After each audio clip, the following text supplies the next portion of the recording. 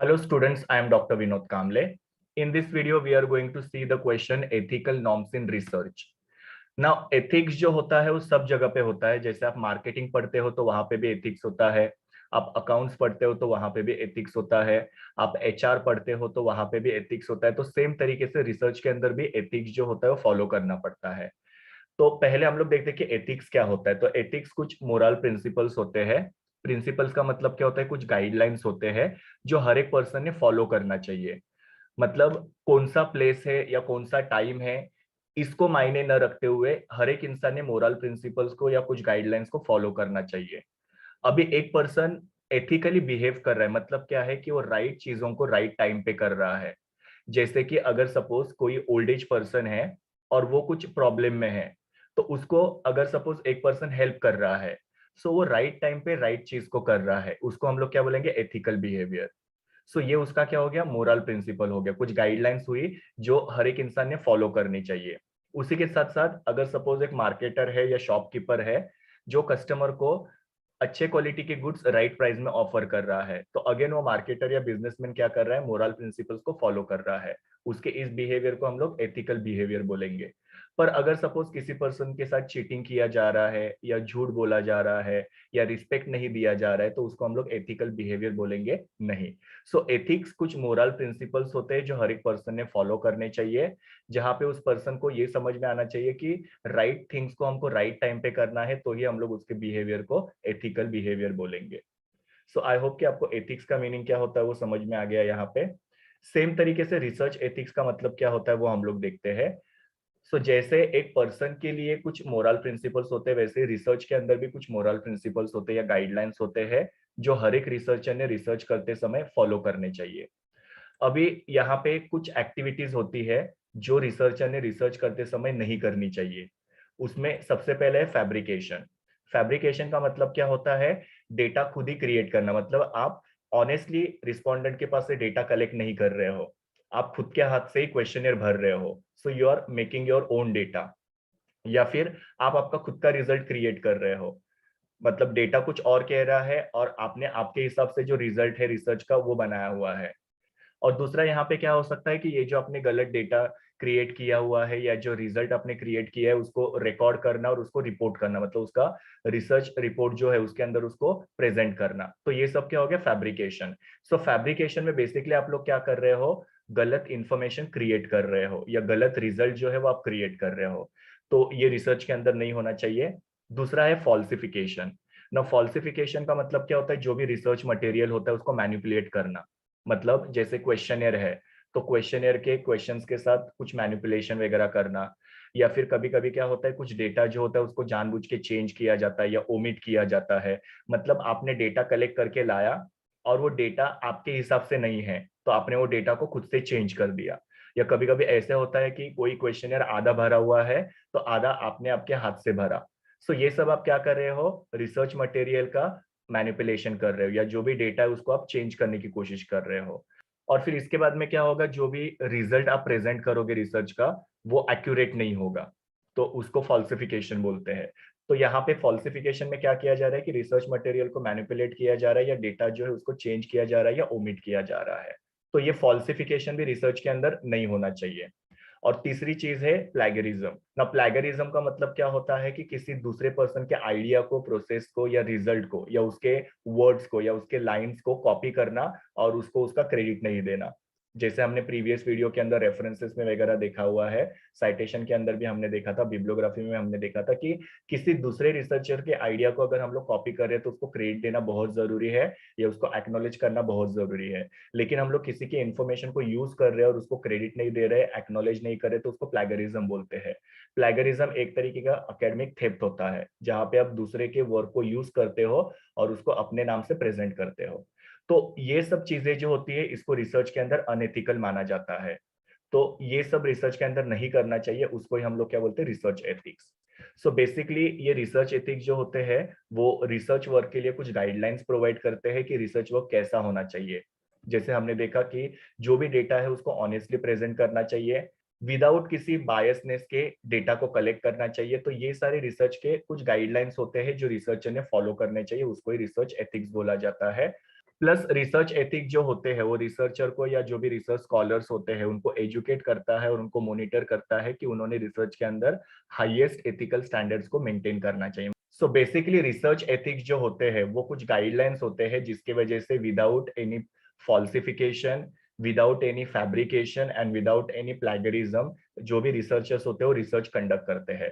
अगर ये research ethics नहीं होते तो सारे जो रिसर्चर्स है वो फॉल्सिफिकेशन, फैब्रिकेशन और प्लैगरिज्म जो है अपने रिसर्च में यूज करते हैं और वो रिसर्च जो होता है वो अनएथिकल हो जाता। अभी हम लोग देखते हैं कि कुछ एथिकल प्रिंसिपल्स है जो रिसर्चर ने रिसर्च करते समय फॉलो करने चाहिए, जिसमें सबसे पहले ऑनेस्टी।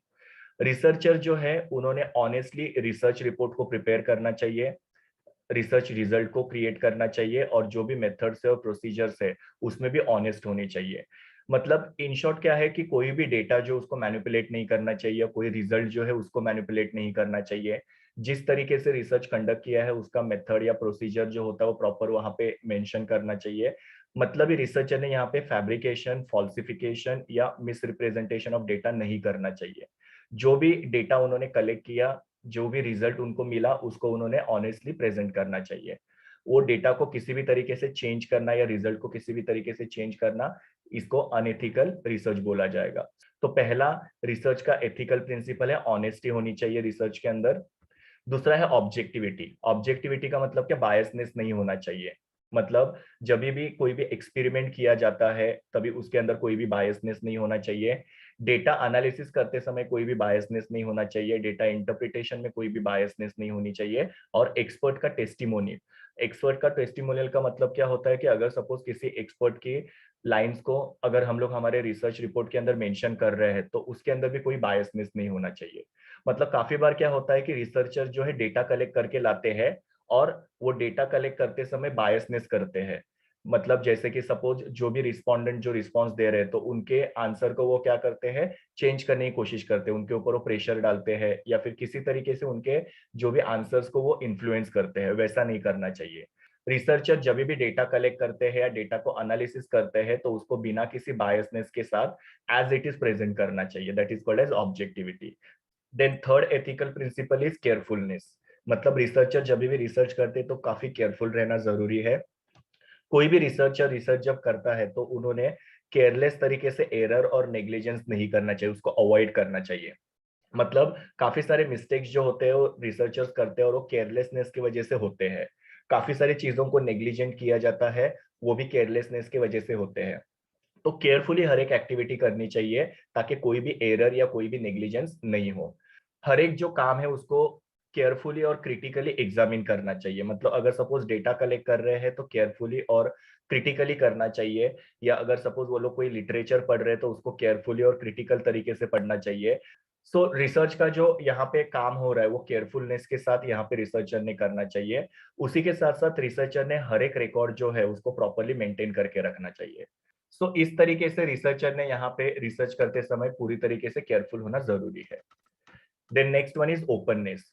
नाउ रिसर्चर जो है जो भी डेटा कलेक्ट कर रहे हैं, जो भी रिजल्ट वो निकाल रहे हैं, जो भी आइडियाज वो लोग कहीं से ले रहे हैं या जो भी टूल्स और रिसोर्सेस यूज कर रहे हैं उसको उन्होंने शेयर करना चाहिए। किसी भी इंफॉर्मेशन को हाइड नहीं करना चाहिए। और दूसरी चीज, जब भी अपने रिसर्च को शेयर करते हैं या प्रेजेंट करते हैं, अगर कोई क्रिटिसिज्म करता है या कोई नई आइडिया अगर वो सजेस्ट कर रहे हैं तो उसके लिए उसने ओपन होना चाहिए। क्योंकि काफी बार क्या होता है कि जो भी रिसर्च वर्क किया जाता है तो उसको प्रेजेंट करना पड़ता है। और रिसर्च प्रेजेंट करते समय जो सामने बैठे हुए ऑडियंस होते हैं वो कभी कभी क्रिटिकली कुछ रिव्यू देते हैं या वो कुछ न्यू आइडियाज जो होते हैं वो सजेस्ट करते हैं। तो उसके लिए रिसर्चर ने ओपन होना चाहिए। मतलब उन्होंने उस क्रिटिसिज्म को और न्यू आइडियाज को एक्सेप्ट करना चाहिए। उन्होंने ऐसा नहीं बोलना चाहिए कि मैंने जो रिसर्च किया है वो 100% करेक्ट है या जो भी क्रिटिसिज्म है वो अप्रोप्रिएट नहीं है, ऐसा नहीं कहना चाहिए। इनफैक्ट रिसर्चर ने जो भी क्रिटिसिज्म्स उसको मिले हैं या जो भी नई आइडियाज उसको सजेस्ट की गई है उसको एक्सेप्ट करना चाहिए, उसको ओपननेस बोला जाता है। तो रिसर्चर को अपने रिसर्च का data, result, idea, tools, resources ये सब चीजें शेयर करनी पड़ती है। और जब वो शेयर करते हैं या प्रेजेंट करते हैं तो तभी उनको क्रिटिसिज्म मिलते हैं या कुछ नए सजेशंस मिलते हैं, तो उसके लिए उसको ओपन होना चाहिए। मतलब उनको वो एक्सेप्ट करना चाहिए। Then respect for intellectual property. Now जब भी रिसर्चर रिसर्च करते हैं तो उनको पैटेंट को, कॉपीराइट को या दूसरे इंटेलेक्चुअल प्रॉपर्टी के फॉर्म्स होते हैं उसको ऑनर करना चाहिए, मतलब रिस्पेक्ट करना चाहिए। इसका मतलब क्या है कि सपोज कोई भी इंफॉर्मेशन रिसर्चर को चाहिए तो बिना उस पर्टिकुलर रिसर्चर के जिसकी वो आइडिया है उसके परमिशन के बिना वो इंफॉर्मेशन नहीं लेना चाहिए। मतलब ओरिजिनल जो भी ऑथर है या ओरिजिनल जो भी रिसर्चर है उसकी परमिशन के बिना कोई भी डेटा या कोई भी रिजल्ट जो होता है वो रिसर्चर ने यूज नहीं करना चाहिए।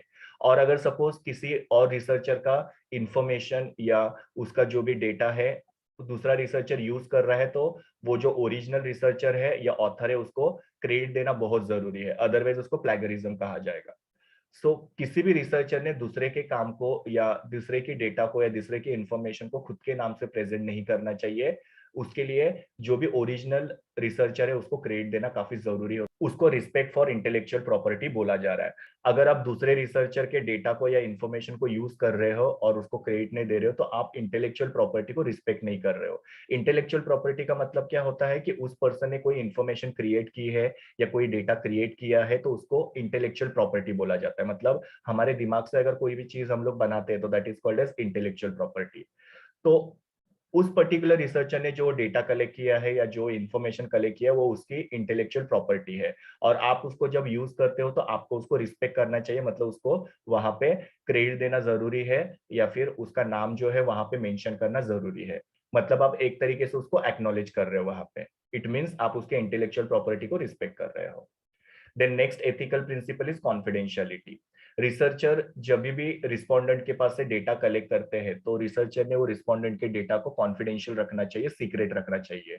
वो इन्फॉर्मेशन को किसी को भी डिस्क्लोज नहीं करना चाहिए। इसके लिए आप लोग देखो मोस्टली जो क्वेश्चनर्स वगैरह शेयर किए जाते हैं उसके ऊपर रिसर्चर्स लिखते हैं कि ये इन्फॉर्मेशन जो इसको कॉन्फिडेंशियल रखा जाएगा, इसको किसी के साथ भी शेयर किया जाएगा नहीं।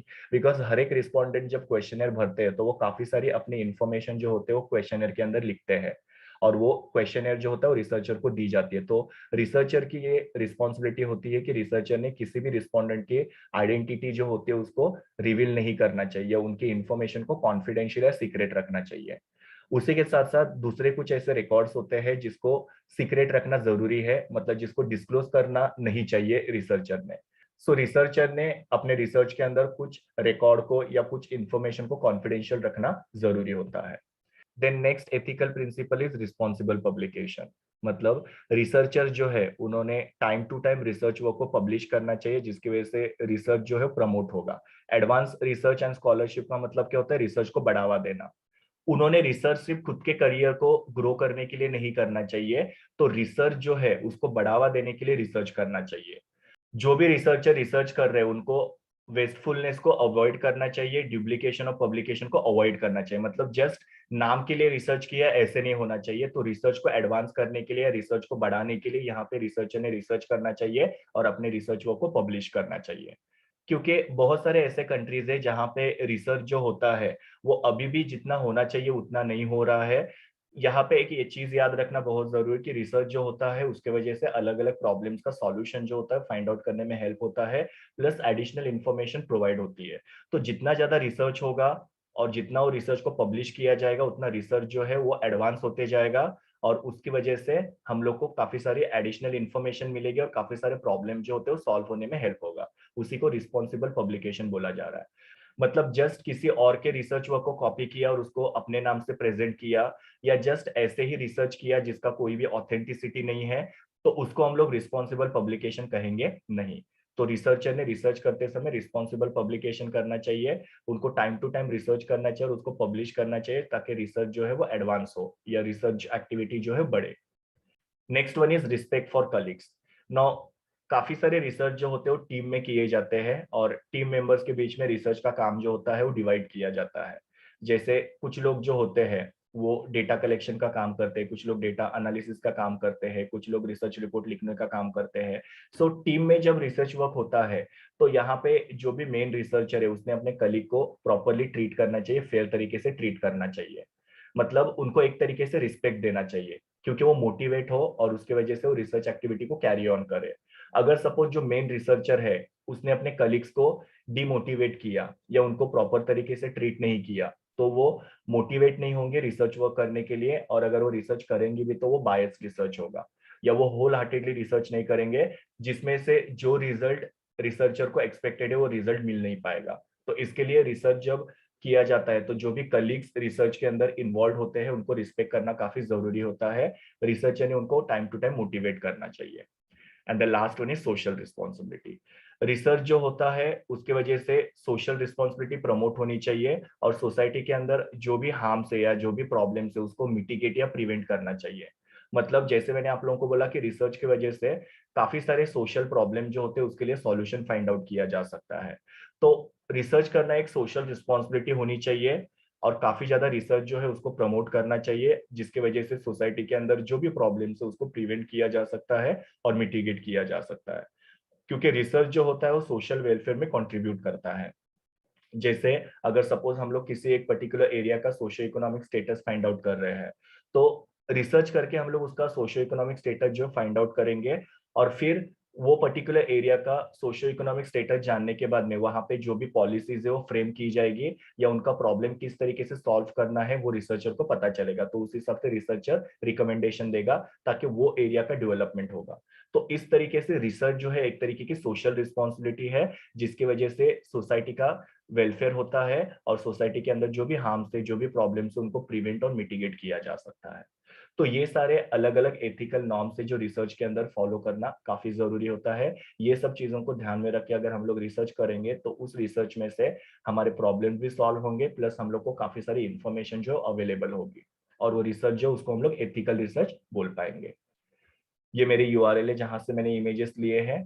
Thank you students, please do like, share, comment and subscribe to my YouTube channel, and also recommend my channel to your friends. We will meet in the next video.